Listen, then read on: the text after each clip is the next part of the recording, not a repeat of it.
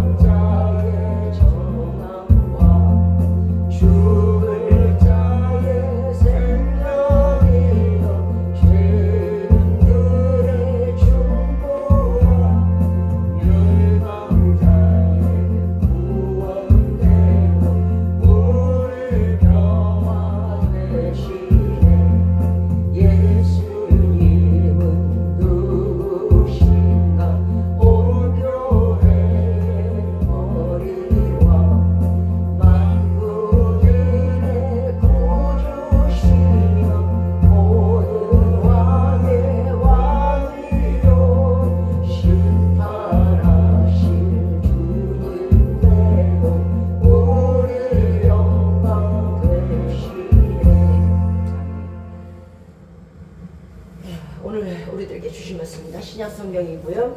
제가 가진 성경은 247년, 신약성경 247년, 로마서 6장 20절부터 23절까지 되겠습니다.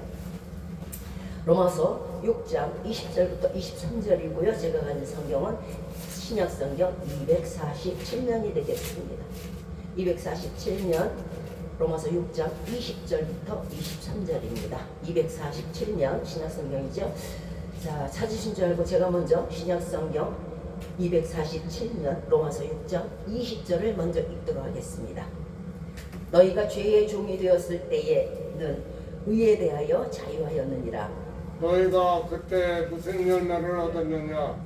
이제는 너희가 그 일을 부끄러워하나니 이는 그 마지막이 사망이니라. 그러나 이제는 너희가 죄에서 해방되고 하나님께 종이 되어 거룩함에 이르는 열매를 얻었으니 이 마지막은 영생이라. 죄의 삭은 사망이요 하나님의 은사는 그리스도 예수 우리 주 안에 있는 영생이니라. 아멘. 로마서 6장 20절부터 23절까지 읽었습니다. 로마서 6장 20절부터 23절까지 신약성경 247년입니다. 자, 오늘 말씀의 주제는 빛 가운데 거합시다 하는 말씀을 가지고 저 주제로 말씀을 전해드리고자 합니다. 오늘 본문 20절에서 너희가 죄의 종이 되었을 때에는 의에 대하여 자유하였다 이렇게 말씀하셨잖아요. 예수님을 우리가 영접하지 않고 믿지 않았던 그 시기에 죄악 속에서 마귀의 종이 되었죠. 이 시기에는 우리가 의를 행하든 행하지 않든 선을 행하든 행하지 않든 그 모든 의에 대해서 자유했어요. 마음대로 했던 거죠. 뭐. 그러나 그것은 우리가 죄의 종이 되었을 때의 일이고 그 얘기고, 그러나 이제 예수 그리스도를 믿고 죄의 종의 사슬에서 풀려났으면 불법과 부정한 종에서 하나님의 종이 되었으니까 이제는 하나님의 종처럼 우리 지체를 의에게 종으로 드려서 거룩함에 드려야 할 의무가 있는 거예요. 전에는 내 마음대로 살았고, 전에는 뭐 죄를 뭐 짓든가 말든가 그렇게 막 살아서 의하고는 관계가 없었어요. 그런데 이제는 거룩한 하나님께 돌아왔으면 그 의를 당연히 우리의 지체든 우리의 마음이든 당연히 드려야 하는 것이 또한 당연한 것이라고 말씀하는 거예요. 이것은 선택사항이 아니에요. 내가 의를 행하든 행하지 않든 내가 성도로서 화낼 거 화내고 분낼 거 분내고 싸울 거 싸우고 뭐 나쁜 일 할 것도 하고, 그러나 그것이 선택사항이 아니고 내 마음대로가 아니고 이제는 죄의 종에서 벗어났기 때문에 이제는 의를 행하고 선을 행해야 될 의무와 책임이 있다는 것이에요. 많은 사람들이 이거를 간과해요. 간과하다 보니까 예수 그리스도를 믿고 그저 위에다가 예수 그리스도 옷만 덧입은 거예요. 속에서는 여전히 썩어, 속에서는 여전히 곰팡이가 나, 속에서는 여전히 악이 뿜어 나와요. 예수님 옷은 무슨 죄냐고, 예수님 피는 무슨 죄냐, 무슨 죄가 있어서 예수님이 그렇게 그 피로 다녀야 돼. 우리가 예수 그리스도의 그 피와 보혈을 우습게 여기고 예수 그리스도의 이름을 만홀히 여긴다면 그날에 우리도 만홀히 여김을 받을 것이에요. 거룩한 제물이 되었으면, 거룩한 사람이 되었으면, 의의 병기가 되었으면 그에 합당하게 내 속도 달라야 되는 거예요. 자, 사람은 자신이 한 일에 대해서요 계산을 해봐야 돼. 그렇잖아요. 내가 뭐 쌀 10포대를 가지고 이거를 팔아갖고 얼마가 남았는지, 내가 지금까지 살아오면서 작년에는 어떻고 지금까지 살아오면서 이 수십 년간 내게 남은 것이 무엇인가, 내가 무엇으로 유익을 얻었고 내가 무엇으로 이익을 얻었는가, 이거는 당연히 계산할 줄을 알아야 된다는 거예요. 그게 사람이잖아요. 우리가 예수 그리스도를 믿지 않고 죄를 지으면서 살았던 그 시기에 너희에게 남은 게 무엇이 있느냐 하고 막 반문하는 거야, 바울은. 우리가 죄를 짓고 그 악 속에서 살면서, 죄송하지만요, 우리가 죄를 짓잖아요. 저 사람들이 상처받는 게 아니고 사실은요, 죄를 짓는 당사자가 더 많이 받아요. 숯불을 머리에 올렸는데 나 먼저 타지 않겠어요? 돌덩어리를 내 가슴에 얹었는데 그럼 내가 먼저 당하지 않겠어요? 악한 것을 집었는데 내가 먼저 가시가 걸리지 않겠어요? 그래서 죄가 무섭다는 거예요. 저들은 한 칸 넘어 있지만요, 죄를 짓는 당사자는 당장에 당해요. 우리가 죄를 지면서 살면서요, 남은 게 뭐가 있어요? 상처받은 거, 배신당한 거. 그것이 누구 때문이에요? 저 사람들이 나빠서 나를 배신했어요? 저 사람들이 악해서 나를 무고히 괴롭혔어요? 아니에요. 내 죄로 인함에 모든 것이 내 탓인 거예요.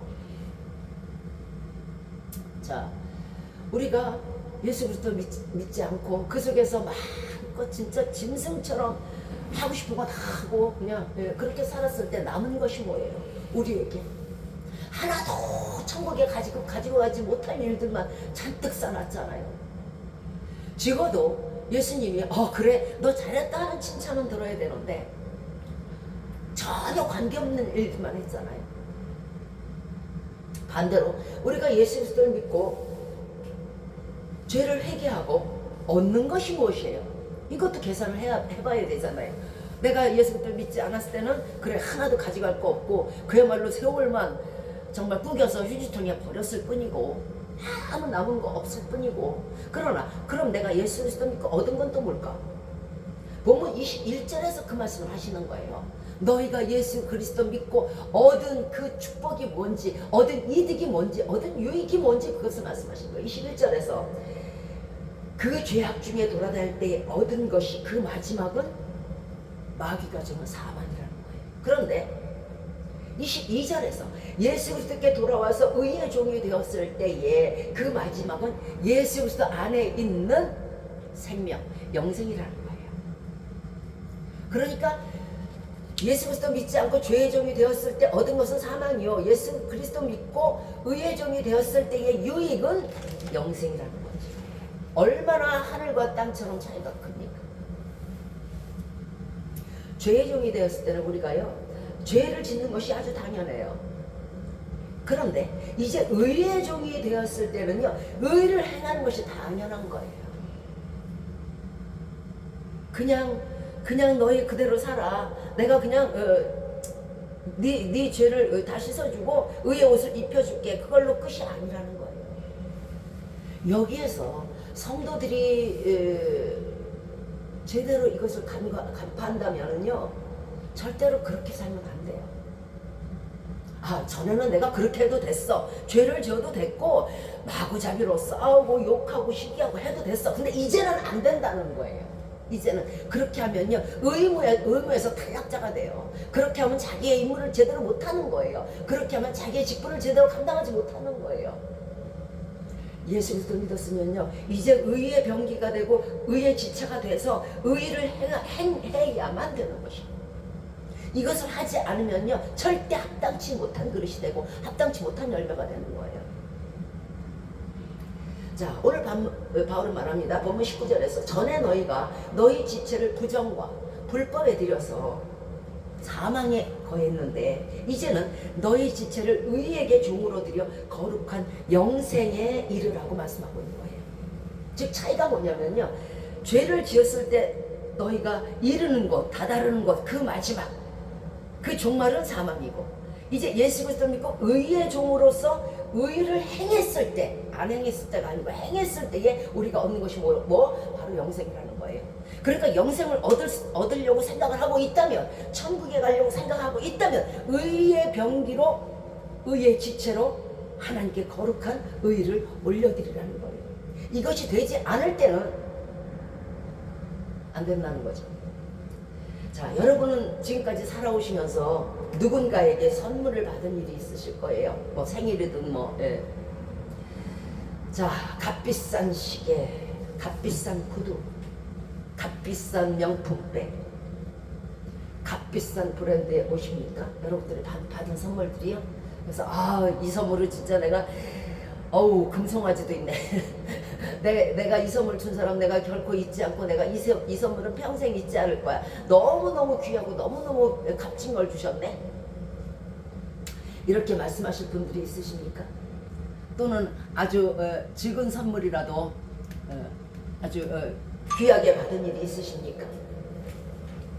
그런데 세상에서 가장 귀하고 세상에서 하나밖에 없는, 나에게는 하나밖에 없는 그 귀한 선물이 딱 하나가 있어요. 돈으로도 가치로도 잴 수가 없고요, 그 무엇으로도 살 수 없고 그 무엇으로도 결코 바꿀 수 없는 선물이 딱 하나 있어요. 진정 인간이 받고 싶은 선물, 눈치채셨겠지만 뭘까요? 바로 이것은 사람이 주는 게 아니에요. 하나님이 대가 없이 누구에게나 예수 안에 있는 생명으로 인해서 누구에게나 주시는 선물, 그것이 바로 영생이라는 거예요.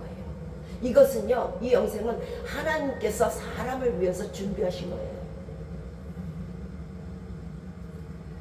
이것은 오직 하나님이 우리를 사랑하시는 사랑으로 인해서 준비하신 선물인 거지. 세상이 주는 선물은요, 그 사람이나 가치나 지위에 따라서 선물의 질이 달라져요. 그쵸? 나보다 높고 나보다 귀한 사람이면 좋은 걸 줄 것이고, 나보다 조금 낮은 사람한테는 또 낮은 것을 택할 수밖에 없겠죠. 그러나 하나님은 그 어떤 대가 없이, 위아래 없이 똑같이 동일하게 주시는 것이 하나님의 선물이에요. 그것이 영생인데, 우리는 예수 그리스도를 믿음으로 말미암아 이제 그 영생을 받았어요. 그럼 그 영생에 걸맞게, 그 영생을 차지할 수 있도록, 영생의 길에 갈 수 있도록 우리가 의의 병기로 드리는 것은 당연하고, 착하게 사는 것은 당연한 거예요. 이사야서 55장 1절에 너희 목마른 자들아 물러 나오라, 돈 없는 자도 와라. 너희는 와서 사 먹되 돈 없이 값 없이 포도주와 젖을 사라. 내가 죽으면 어떻게 될까? 나의 끝은 어딘가? 어디에 진정한 삶이 있고 어디에 진정한 진리가 있을까? 어디에 정의가 살아있을까? 진리를 몰라서 목마르고 가란 사람들, 이런 사람들에게 돈 없이 값 없이 예수 그리스도와 함께 예수 그리스도만 믿으면 그 안에 있는 진리를 통해 영생을 주시겠다는 거예요. 우리 인간은 누구나 목말라 있어요. 진리에도 목말라 있고요. 도대체 어디에 가야 진실이 있는 건가? 어디에 가야 정의가 있는 건가? 어디에 가야 공의가 있는 건가? 나는 어떻게 될 것인가? 자, 그리고 이어서 말씀하십니다. 너희가 이 땅에서 아무리 수고해봐야 배부르지 못할 것이다. 갈증을 달래지도 못할 것이다. 네가 수고한 것으로는 아침 먹으면 점심 먹어야 되고요. 점심 먹으면 저녁 먹어야 되고요. 어느 것 하나도 한 끼로 마치고 갈 수가 없고요. 물 한 잔을 마셔도 어느 것 한 잔도 영원히 나의 갈증을 달래줄 수가 없어요. 그런데 예수님을 청종하라. 자, 청종이라는 건 말씀을 주의 깊게 들으라는 뜻이거든요. 그리하면 너희 마음이 좋은 것을 먹을 것이며 너희 마음이 즐거움을 얻으리라. 너희는 귀를 기울이고 내게 나와 예수님께 나와 들으라. 그리하면 너희 영혼이 살리라. 사람이요, 뭐 여러 가지 선물을 받고 기쁠 때도 있겠죠. 뭐 값비싼 선물로 한동안은 치부할 수도 있겠네요. 그런데 사람이 영생을 얻으면요, 이 땅에서 더 이상 즐겁고 기쁜 일은 없어요. 배고파도 기뻐요. 또 누치해도 기쁘고요. 부족해도 기뻐요. 이 영생은요, 하나님은 예수 안에 두시고 그 예수님을 우리에게 주셨으며 그 가장 값진 선물을 예수 안에 넣어주신 거예요. 그래서 우리가 그 영생을 얻기 위해서는요, 예수님만 믿으면 그 안에 있는 생명의 성령의 법이 내게로 오는 바람에 내가 영생을 얻을 수 있는 거예요. 자, 예수님 자신도 요한복음 7장 37절 이하에서 이렇게 말씀하십니다. 예수께서 서서 외쳐서 가라사대 누구든지 목마르거든 내게로 와서 마셔라. 나를 믿는 자는 성경의 이름과 같이 그 배에서 생수의 강이 흘러나리라. 이 말씀은요, 우리에게 참된 기쁨과 위로를 주시는 성령을 말씀하는 거고요. 예수 그리스도만 믿으면 이 약속된 늘 가라지 않고 풍요롭고 부족함 없는 이 축복을 예수 안에 거하는 자들에게 언제나 강물처럼 흘러넘치게 풍요하게 해주겠다고 말씀하시는 거예요. 자, 그 약속의 말씀을 요한복음 4장에서도 말씀하십니다. 예수님이 이제 행로에 행로라는 건 여행을 다니다가 너무 피곤하셨어요. 너무 곤비하셨어요. 그래서 우물이 있는데 이제 더 이상 걸어갈 기운이 없으셨어요. 너무 심한 행로에 여행길에. 그래서 그 우물 곁에 그냥 털썩 주저앉아 버리셨어요. 그리고 그 고난 몸을 달래고 있는데 저녁 6시쯤 됐나요? 사마리아 여자 하나가 물을 길러 나와요. 자, 그러니까 일어설 기운도 없는 예수님이 그 물을 좀 한 잔을 나에게 다오 하고 말씀하셨어요. 왜냐하면 그 옆에 제자들이 없었겠어요? 제자들이 있었을 거 아니에요. 그런데 제자들이 하필이면 먹을 거를 사러 동네로 다 나가버렸어요. 그러니까 예수님 혼자 딱 우물 곁에 앉아 계시는 거예요. 뭐 1대1 전도가 되기는 했습니다만. 자, 사마리아 여인이 말합니다. 아니, 나는 사마리아인이고 당신은 유대인인데 어떻게 유대인과 사마리아인을 상종도 안 해. 사마리아가 여기 있으면 이렇게 돌아가요. 지름길을 놔두고 돌아가 버려요. 그런 상황에서 어떻게 사마리아인인 나에게 물을 달라 하십니까? 그러니까 말씀하십니다. 예수님께서 이 물을 먹는 자마다, 그 우물물을 먹는 자마다 다시는 목마르려니와 내가 주는 물을 먹는 자는 영원히 목마르지 아니하리니 나의 주는 물은 그 속에서 영생하도록 솟아나는 샘물이 되리라 하면서 예수 그리스도를 믿을 것을 말씀하셨어요. 자, 이런 큰 선물을 우리는 받은 사람들이에요. 이런 선물 외에 더 세상에서 받고 싶은 것이 혹시 있으십니까? 좋은 옷? 돈? 그 어떤 집? 우리에게 영생이 있다는 것은요, 그 어떤 세상의 선물도 필요가 없다는 것을 말씀하는 거고요. 우리에게 영생이 있다는 건요, 그것만으로 만족할 수 있다는 기쁨의 선물이라는 거예요. 그리고 이것을 지위 고하를 막론하고 누구에게나 하나님께서 예수 그리스도를 믿는 자에게 모두 다 똑같이 나눠주시는 영생의 선물인 것이에요. 자, 우리가 예수 그리스도 빛 가운데 거해야 되는 이유가 있어요. 빛이란 곧 예수 그리스도를 말씀하는 거고요. 이 땅에 빛은 없어요. 이 땅은 공중권세 잡은 자의 손아래에 있기 때문에 암흑천지예요. 그러나 예수 그리스도께서는 이 암흑 속에 이제 다 죽은 우리들에게 빛으로 다가오셨어요. 요한복음 1장 이하에서 그가 태초에 하나님과 함께 계셨고 만물이 그로 말미암아 지은 바 되었나니 그가 없이는 하나도 된 것이 없느니라. 그 안에 예수님 안에 생명이 있었으니 이 생명은 사람들의 빛이니라. 예수 그리스도 자체가 우리에겐 빛인 거예요. 예수 그리스도 외에는 이 땅에 빛이 없어요. 한번 찾아보세요. 오직 한번 요한도, 외치는 요한도 그 빛이 그 빛이 아니라는 거예요. 이제 뒤에 오실 예수 그리스도가 참 빛이라는 거예요. 모든 사람들은 죽을 것이로되 이미 죽은 것이로되 이를 살릴 자가 예수님이요 예수님 안에 있는 생명이 사망의 어둠의 가운데 있던 우리들에게 다시 생명을 주시는 분, 곧 빛 대신 예수님이라는 거예요. 만약에 자 한번 생각해 보십시다. 구원자이신 예수님이 없다고 한번 지금 너무 막 사람들이 예수님 하니까 귀하게 안 여겨지시죠.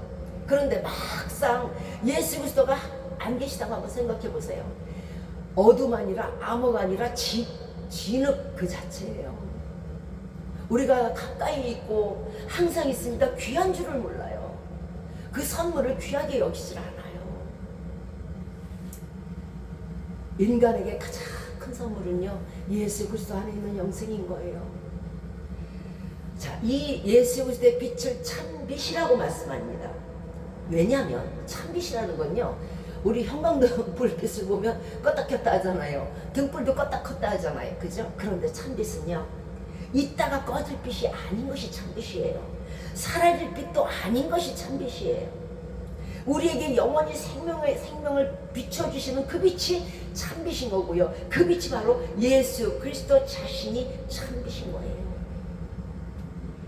자, 오직 요한복음 1장 12절 말씀처럼 돈 없이 값 없이 아무 조건 없이 예수 그리스도를 영접하는 자, 곧 그 이름을 믿는 자들에게는 하나님의 자녀가 되는 권세를 주셨다고 말씀하셨어요.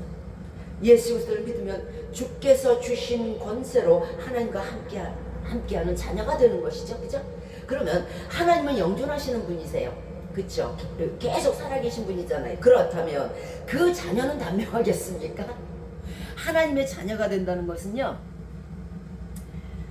하나님의 영존하신과 같이 그 자녀도 영생한다는 뜻이에요. 그러므로 하나님의 자녀가 된다는 것이 얼마나 또한 큰 축복인지 알지 못해요. 그것이 하나님의 자녀가 되는 그 기쁨이 어디에서 오느냐? 바로 우리가 예수 그리스도를 영접할 때에 예수 그리스도 안에 있는 그 축복으로 말미암아 하나님의 자녀가 되는 권세를 우리에게 주게 되는 것이란 말이에요. 자, 하나님의 선물인 영생을 얻기 위해서 우리가 할 일이 있어요. 이것은 의무이며 임무이며 꼭 해야 되는 필수 사항이에요. 지금 예수 그리스도를 믿는 사람들이라도 그 가운데에 이 알맹이가 빠지면 안 돼요. 즉 말하자면 알곡인 거예요. 알곡이 되지 않고는요 그날의 후두둑 다 떨어져요. 요한복음 3장 16절에서 하나님이 세상을 이처럼 사랑하사 독생자를 주셨으니 이는 저를 믿는 자마다 멸망치 않고 영생을 얻게 하려 하시니라. 믿으란 얘기예요. 예수 그리스도를 믿으란 얘기예요. 믿지 않고 거칠 애가 아니라는 거예요. 예수 그리스도는 믿는 대상이지 내가 아는 대상이 아닌 거예요. 예수 그리스도를 믿는다면서 예수 그리스도를 안다고 하면서도 믿지 않는 사람들이 있어요. 그렇기 때문에 그 사람들은요 죄를 또한 떡 먹듯이 밥 먹듯이 짓게 되는 거예요. 예수 그리스도를 믿으면은요 예수 그리스도가 있는 걸 확신하게 되잖아요. 예수 그리스도가 있는 그 앞에서는요 죄를 못 져요. 어떻게 지겠어요? 자, 하나님은 우리 모든 죄인 된 사람들을 살리시고자 이제 독생자를 주셨습니다. 이에 우리는 값없이 예수님만 믿으면은 지옥의 멸망길에서 벗어나는 참빛을 발견할 수 있게 되었습니다. 자, 하나님은 모든 인간을 구원하시고자 초청장, 이 초청장은 즉 주 예수 그리스도를 말씀합니다. 이에 대해 우리는 천국의 영생에 참여하기 위해서는요 초청장이 꼭 필요한 거예요. 어디 파티를 가든 어디에 부름을 받아가든 초청장이 있어야 되지 않겠어요? 그것이 이 초청장이 예수님이요 천국 영생길에 가기 위한 필수 조건이며 필수 사항인 것이에요.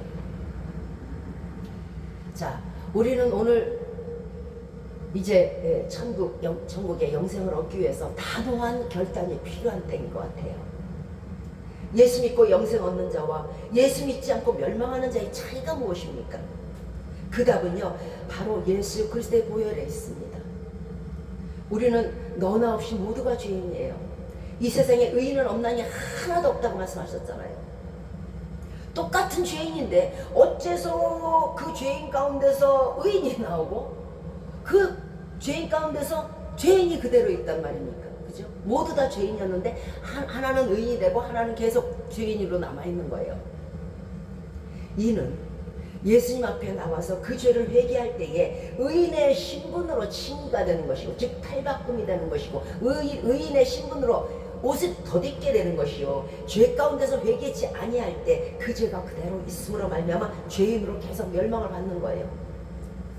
의인은 예수님의 빛에 자신의 죄가 드러날지라도 과감히 나와요. 지금 이 시간 죄가 있으면요 절대 그 죄는요 무거워서 결코 천국에 올라가지 못해요. 그럼 이거를 버려야 되는데 창피고 뭐가 없어요. 우리를 지으신 주님 앞에서 창피할 게 뭐가 있고요. 우리의 모든 것을 아시는 주님 앞에 감출 것이 뭐가 있어요. 그날에 드러나지 않을 일이 없다는 거예요. 물속에 죽든 공중에서 죽든 아주 파묻혀 죽든 다 드러나요. 모든 죄악이 일일이 낱낱이 하나도 빠짐없이. 이게 의인이 되고자 하는 사람들은요 아 그래? 예수님이 내 죄를 다 아니까 그러나 내가 이 죄를 가지고는 천국에 못 간다 했으니까 나 이 죄를 과감히 버리고 예수 앞에 나올 거야. 예수님이 다 알으셔도 돼. 예수님이 알아야 그 죄를 씻죠. 어떤 사람은 그래요. 아 뭐 알아서 씻어주시면 되지 우리가 우리 입으로 고백을 해야 되나? 알아서 씻어주는 것이 아니고 그 마음의 상태가 아 내가 이제 죄를 버려야겠다 하는 그 결단이 있을 때 씻어주는 것이에요.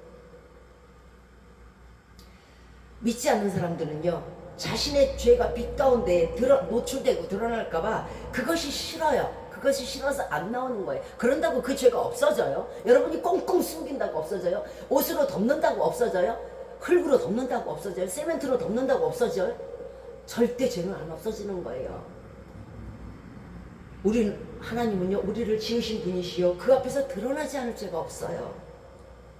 심판대 앞에서 회개치 않은 모든 죄가 드러날 때에 온 천하 만민이 그거를 다 보게 돼요. 그 수치는요 그야말로 온 천하 만민이 내 죄를 보고 있다니까. 그거 잠깐 숨겼다가 그게 바보 아니에요.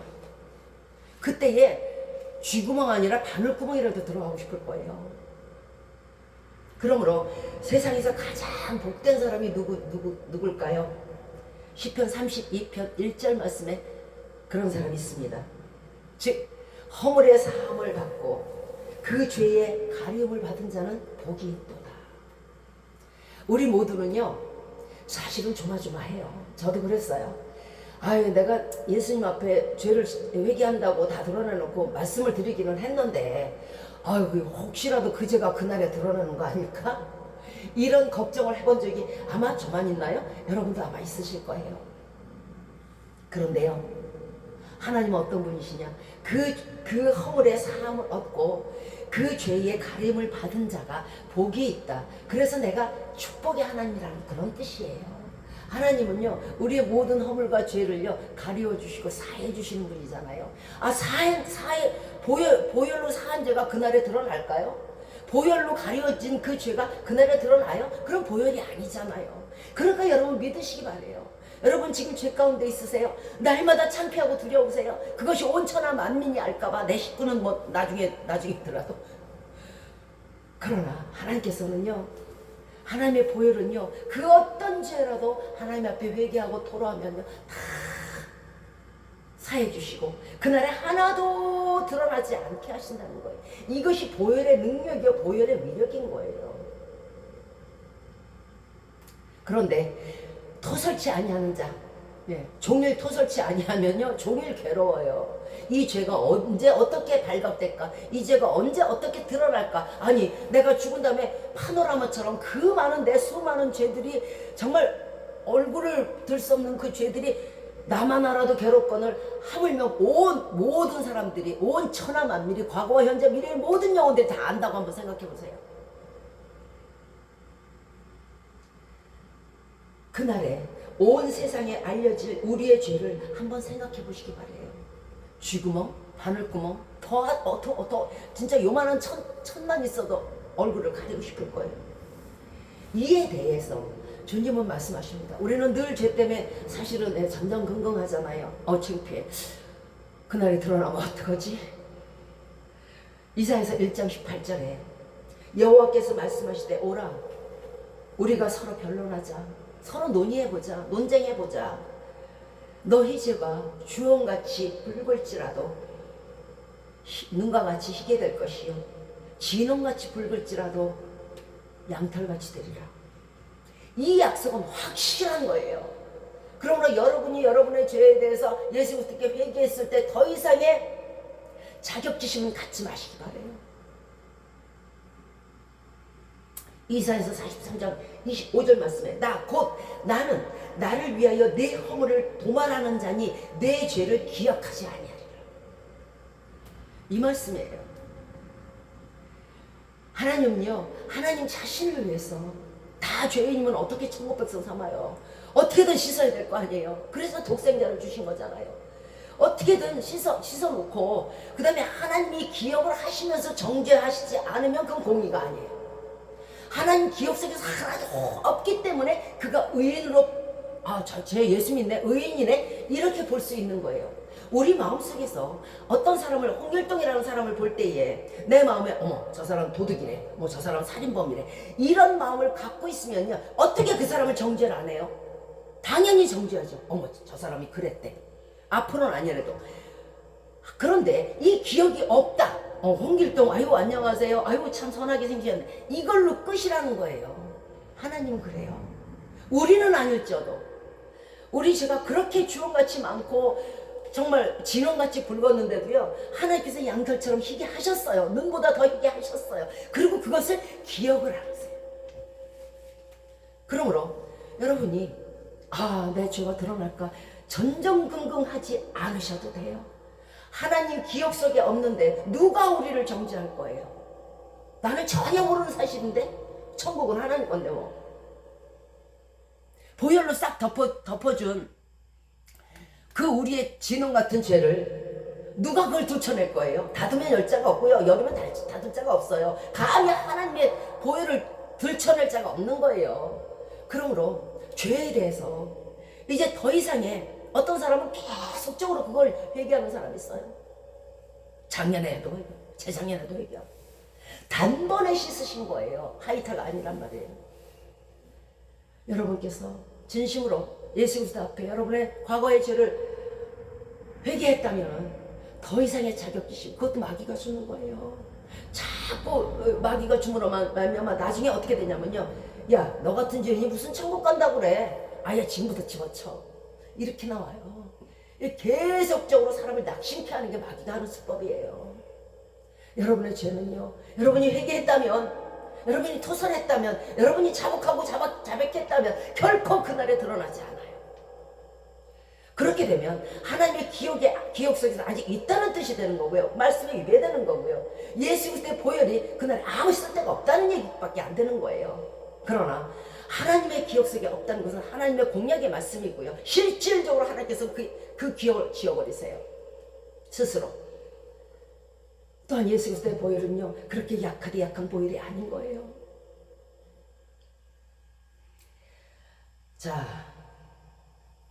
우리 자신은 예수 그리스도가 우리 죄를 사해 주셨다고 늘 말씀하시는데 늘 울어도 눈물 많이 흘려도 죄를 씻을 길이 없어져요. 제가 그랬어요. 죄를 사해 주셨다고 말씀을 하시는데 늘 죄가 앞에 있는 거예요. 견딜 수가 없어요. 이거 과거로 돌아가서 다시 흘러 넘친 물을 담을 수도 없는 거고 그거 어떻게 해요? 그러니까 늘 울어도 안 돼요. 눈물 많이 흘려도 안 되더라고요. 죄를 씻을 길이 없어요. 나를 파는 우묵한 웅덩이가 늘 내 앞에 있어요. 내 죄는 자나깨나 부끄럽고 창피해서 그저 괴로움만 더할 뿐이에요. 그러나 주님은 약속하셨습니다. 구원의 말씀을 위하여 우리 죄를 절대로 기억하지 않으십니다. 왜? 우리를 구원해야 되기 때문에. 그럼 천국이 텅텅 비어요? 계속 그걸 기억하고 계시냐? 하나님이 우리의 죄를 기억하지 못하시겠다는데, 않으시겠다는데 누가 우리를 정죄해요? 보혈은 그 어떤 죄인이라도 그날의 백보자 심판 앞에 담대히 나갈 수 있는 기쁨이 될 것이며 담대히 나가게 될 거예요. 보혈로 말미암아. 그래서 오직 예수, 그래서 하나님의 사랑, 하나님의 은혜, 그래서 예수 그리스도의 보혈. 그러나 이 죄를 예수 그리스도의 보혈에 씻지 아니하고 그대로 갖고 있다가는요, 그날에 다 들통나요. 아주 샅샅이 들통나요. 아주 내가 잃어버린 죄까지 다 나와요. 그러면 그 두려움에는 형벌이 임한다고 했어요. 그 죄에 대한 두려움, 어머나 내 죄가 저기 떴네. 그 두려움, 어떡하지 하나님 나를 혼낼 텐데, 그 두려움으로 그 자신 지옥에 가는 거예요. 지금 시간에도 주님은 우리 모두에게 말씀하십니다.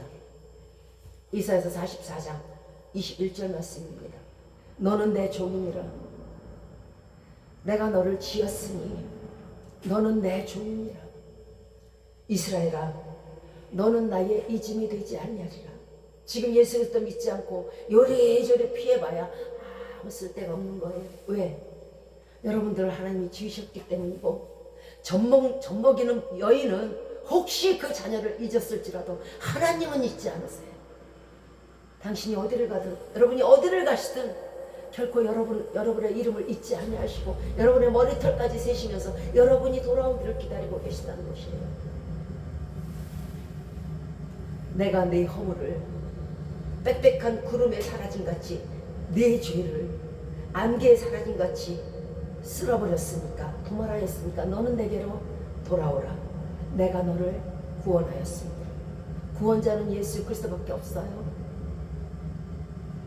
지금 말씀을 들으시는 모든 분들은 그날의 창피와 수치를 생각하시기 바래요. 그리고 그 어둠을 버리시고 이제 빛 되시는 주 예수 그리스도의 앞으로 나오시기를 주 예수 그리스도의 이름으로 축원드리겠습니다. 어떤 이들은 이렇게 말할 것이에요. 아니, 나는 법도 잘 지켰고 아주 나는 성실하게 살았고 나는 착하게 살았고 이 세상에서 남한테 피해 안 주고 나만큼 착실하고 정말 선한 사람이 어디 있다고 그래. 예수 안 믿는 거 그거 하나 가지고 나더러 지옥 가고 멸망한다고 그러니까 나는 이해가 안 가네. 나보다 저 아주 더 추악하고 더러운 사람들은 뭐 예수 믿고 천당 간다며. 내가 살인을 했어, 강도를 했어, 도둑질을 했어. 내가 어때서? 이렇게 말하는 사람도 있어요. 그런데 예수 믿지 아니하는 사람들이 멸망당하는 이유가 있어요. 아무리 선해도, 아무리 착해도, 아무리 바르게 살아도 그는 반드시 심판을 받습니다. 왜냐하면 요한복음 18장 이하에 있어요. 세상에 의인은 없는데 단 한 가지의 죄라도 있으면 100%가 안 되는 거예요. 그러면 온전치 않은 자는 천국에 갈 수가 없다는 것이에요. 여러분이 이 땅에 태어나서 뭐 80평생 100평생을 살면서 나쁜 일을 하나도 안 하고 마음속에 악한 마음 하나도 없었다. 그러니 나는 100점이다? 아니, 원죄가 있으니까 1% 모자라요. 그러니까 못 간다는 거예요. 온전치 않은 자는요 결코 천국에 들어갈 수가 없어요. 왜? 천국은요 조금 더 어둠이 없는 곳이기 때문에 그래요. 바로 드러나지 않겠어요? 그러면 사람들이 그럴 거 아니에요. 저 사람 뭐야? 까마네.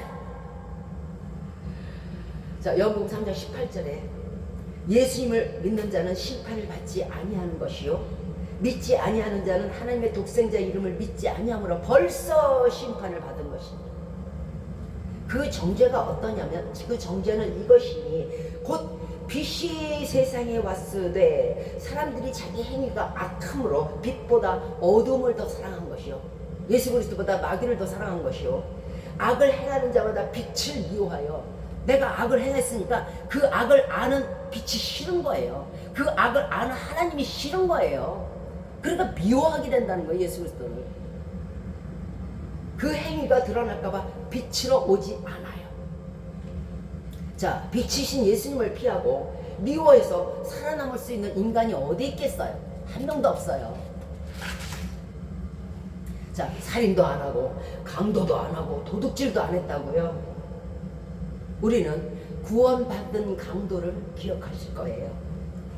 예수님 십자가의 양쪽으로 달린 강도들 중 하나는 예수님을 믿지 않았어요. 예수님을 조롱했어요. 그런데 한 강도는 예수여 당신의 나라에 임하실 때 주여 나를 생각해 주소서.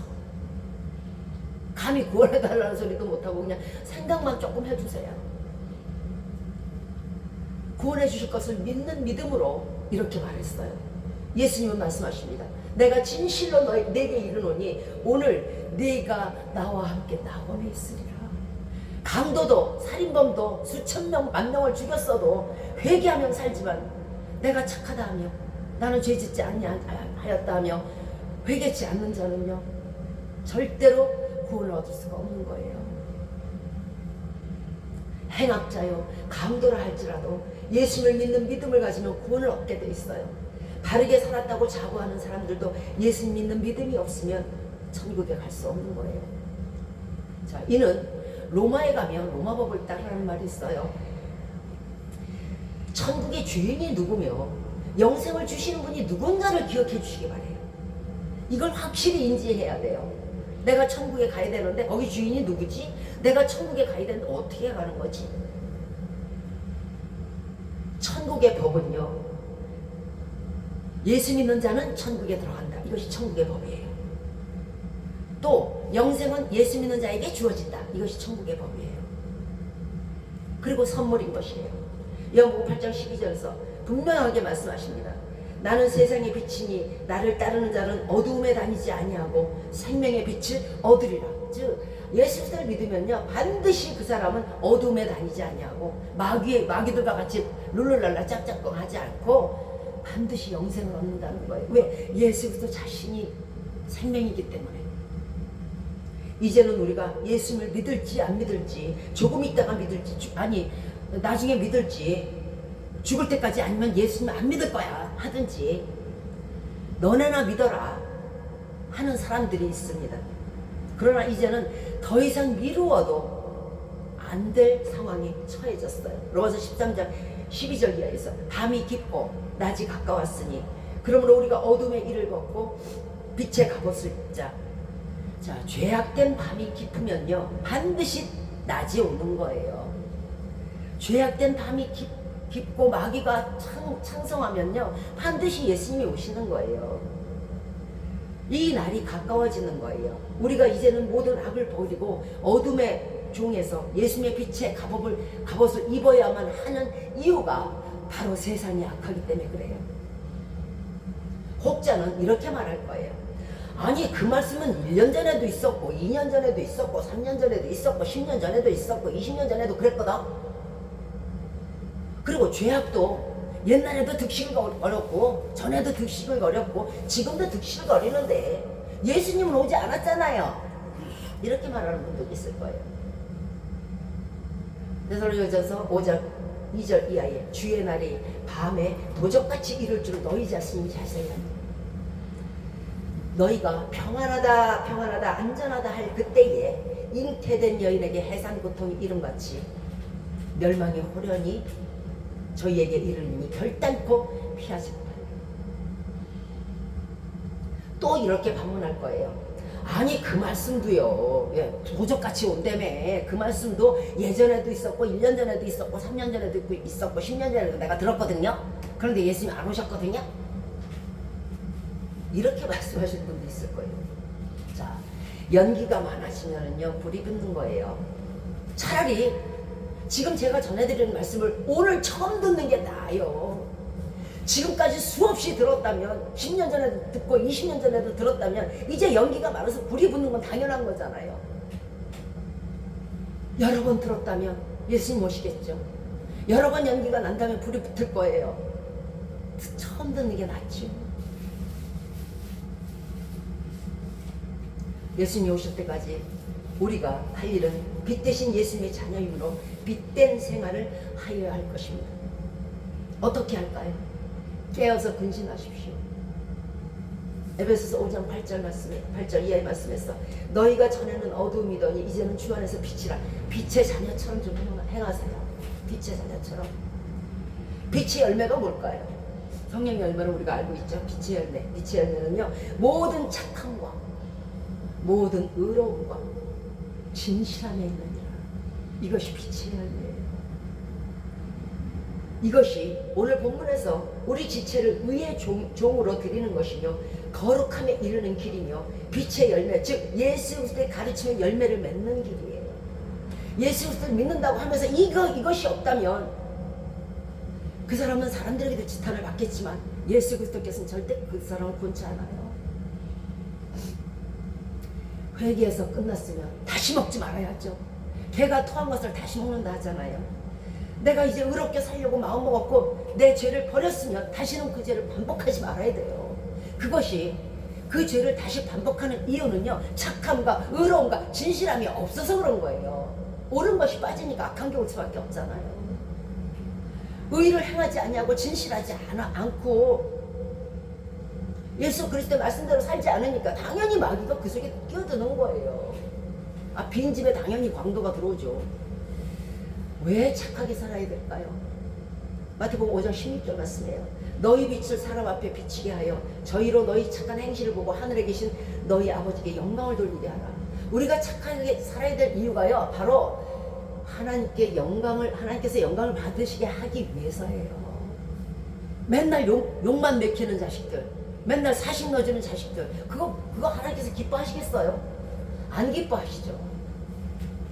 빛의 열매를 얻으려면요, 우리가 착한 행동으로서, 착한 행실로서 하나님께 저 사람, 예수 믿는 저 사람, 얘 정말 착해, 저 사람 법 없어도 살아, 이랬을 때에 예수 그리스도가 영광을 받게 돼 있어요. 아비의 기쁨이 되는 자식이 돼야지 아비를 망신시키는 자식이 되면 안 되잖아요. 그때에 무슨 상이 있겠어요? 혼만 날 뿐이지. 이것이 그날에 하나님이 우리의 착함으로 인해서 영광을 받으셨으므로 우리에게도 영광을 주신다는 거예요. 그걸로 끝! 내가 영광 받았다, 그래 착하게 살아서 고맙다, 이게 끝이 아니야. 그날에 영광의 면류관을 주신다는 거예요. 받으신 만큼 돌려주신다는 거예요. 우리가 착한 일을 한 만큼, 착하게 행한 만큼 하나님께서 축복해 주신다는 거예요. 의로라는 말씀은요, 디모데후서 4장 8절에 있습니다. 의로우신 재판장이 의를 행한 우리에게 그날에 또한 면류관을 주시기 때문이에요. 내가 거짓하지 아니하고 불의를 행치 아니하고 의롭게 살았네.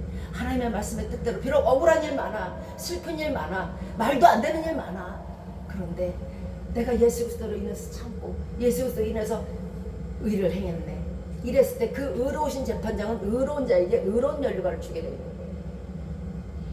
자, 진실하게 살아야 되는 이유는요, 잠언 12장 19절에 있어요. 진실한 입술은 영원히 보존되거니와 거짓 혀는 눈 깜짝일 동안 있을 뿐입니다.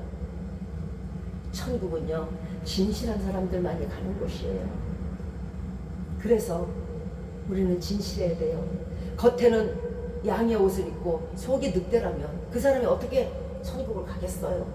겉에는 하얀 분을 발랐는데 안에는 새까만 숫덩이가 앉았다면 그 사람이 어떻게 천국에 가겠어요? 사람은 안이나 겉이나 늘 진실해야 그 진실된 천국에 진실된 마음으로 갈 수가 있는 거예요.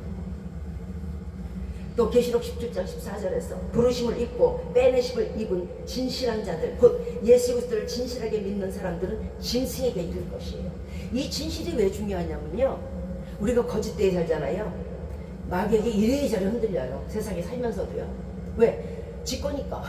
얘가 아주 겉과 속이 다르는 이 위선자네. 나도 그런데. 귀신들은 그렇잖아요. 아주 처음에는 좋은 거 주고 나중에는 멸망을 주고. 똑같아요. 이거 내 거네. 그러니까 이 사람이 성할 날이 없어요. 그런데 진실하게 살잖아요. 진실한 하나님이 보호를 해요. 감히 손도 못 대요, 마귀가. 성도의 머리털 하나 손대지 못한다는 것은 그가 진실하게 살았을 때의 이야기지 위선자로 살았을 때의 이야기가 아니에요. 성도라고 무조건 머리털을 구하는 게 아니란 말이에요. 그래서 우리는 진실한 값을 믿는 거예요. 항상 선한 것은 있어요. 진실하게 살아야 될 이유는 여러분을 위해서예요. 자, 말씀을 마치도록 하겠습니다. 우리가 이 땅에 사는 동안 오직 예수 그리스도의 빛 가운데 거하고 다시 죄의 종이 되지 않고 의로움과 착함과 진실한 삶으로 예수님 오시는 날이 보상의 날이요, 축복의 날이요, 기쁜 날이요, 반가운 날이요, 영생의 날이요, 면류관을 얻는 그런 날이 되시기를 주 예수 그리스도의 이름으로 축원드리겠습니다. 아멘.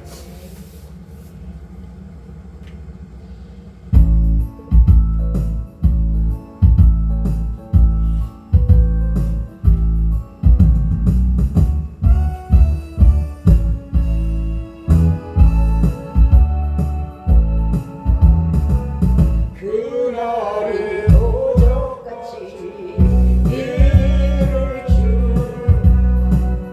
너희는 모르느냐.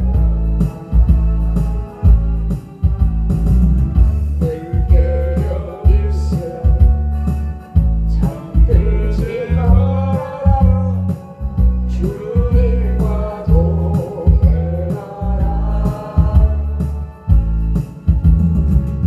항상 기뻐하라 쉬지 말고 기도하라 범사에 감사하라.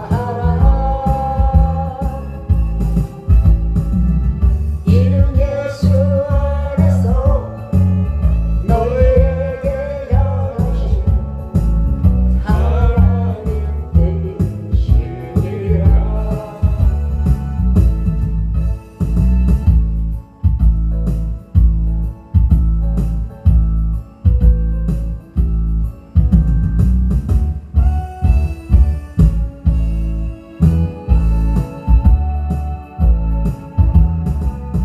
평강의 하나님 너희를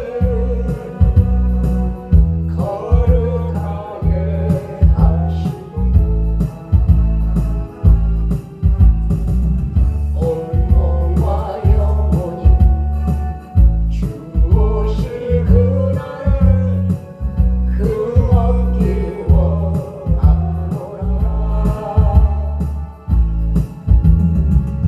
항상 기뻐하라 쉬지 말고 기도하라 범사에 감사하라.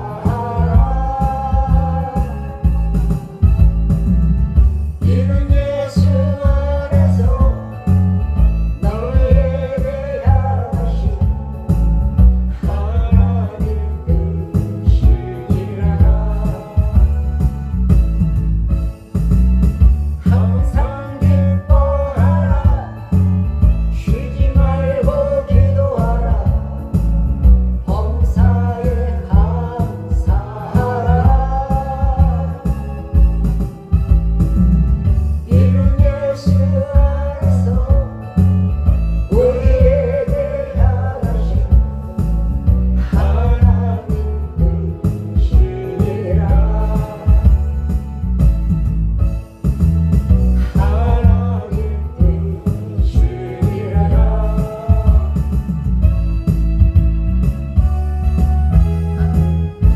이제 축도와 주기도문으로 오늘 예배를 마치도록 하겠습니다. 이제로부터 우리 주 예수 그리스도의 은혜와 하나님의 사랑하심과 성령님의 교통하심과 항상 내 주 인도 보호하심이 주 예수 그리스도의 빛 가운데 거하며 주님 다시 오실 때까지 인내와 믿음으로 영원한 별의 상급을 얻기로 이 시간 마음에 결심하고 다짐하는 우리 머리 위에 이제부터 영원토록 함께 하시기를 주 예수 그리스도의 이름으로 축원드리옵나이다. 아멘. 하늘에 계신 우리 아버지여 이름이 거룩히 여김을 받으시오며 나라의 마옵시며 뜻이 하늘에서 이룬 것 같이 땅에서도 이루어지이다. 오늘날 우리에게 일용할 양식을 주옵시고 우리가 우리에게 죄 지은 자를 사하여 준 것 같이 우리의 죄를 사하여 주옵시고 우리를 시험에 들게 하지 마옵시고 다만 악에서 구하옵소서. 대개 나라와 권세와 영광이 아버지께 영원히 있사옵나이다. 아멘.